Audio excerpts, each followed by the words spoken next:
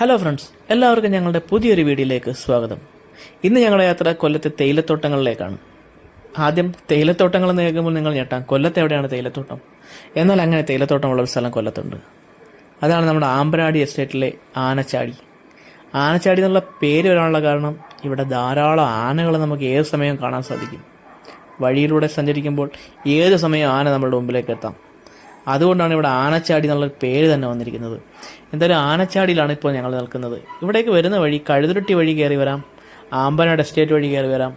എവിടെ നിന്ന് വന്നാലും പെർ പേഴ്സൺ 100 രൂപ പ്രവേശന ഫീസ് നൽകണം. പണ്ട് ബ്രിട്ടീഷ് ഭരണകാലത്താണ് ഈ തേയിലത്തോട്ടം ഇവിടെ സ്ഥാപിച്ചത്. വളരെ മനോഹരമായൊരു തേയിലത്തോട്ടം തന്നെയായിരുന്നു ഇത്. എന്നാൽ ഇപ്പോൾ അധികം ഉൽപ്പാദനമൊന്നും ഇല്ലാന്ന് തോന്നുന്നു. കുറേ ഭാഗങ്ങളൊക്കെ ഇപ്പോൾ തരിശായി കിടക്കുകയാണ്. അവിടെ കൈതച്ചക്കയൊക്കെയാണ് കൃഷി. ഇവിടുത്തെ ആൾക്കാരുടെ ഉപജീവന മാർഗം ഈ തേയിലത്തോട്ടവും അനുബന്ധമായ കൃഷിയൊക്കെയാണ്. മൂന്നാറിൻ്റെ അതേ കാലാവസ്ഥയാണ് ഈ ആനച്ചാടിയിലും. മൂന്നാറിൻ്റെ അതേ ദൃശ്യ മനോഹാരിതയാണ് നമ്മുടെ ആനച്ചാടിയിലും കാണാൻ സാധിക്കുന്നത്. തേയിലത്തോട്ടങ്ങൾ ഇങ്ങനെ പരന്നു കിടക്കുകയാണ്. മലഞ്ചെരുവിലൂടെ കോട ഇങ്ങനെ ഒഴുകി ഇറങ്ങുന്നത് കാണാം. ചില സമയത്ത് ഇവിടെ കൊടും മഞ്ഞാണെങ്കിൽ ചില സമയത്ത് കൊടും മഴയായിരിക്കും. ഇവിടുത്തെ കാലാവസ്ഥ പ്രവചനാതീതം തന്നെയാണ്.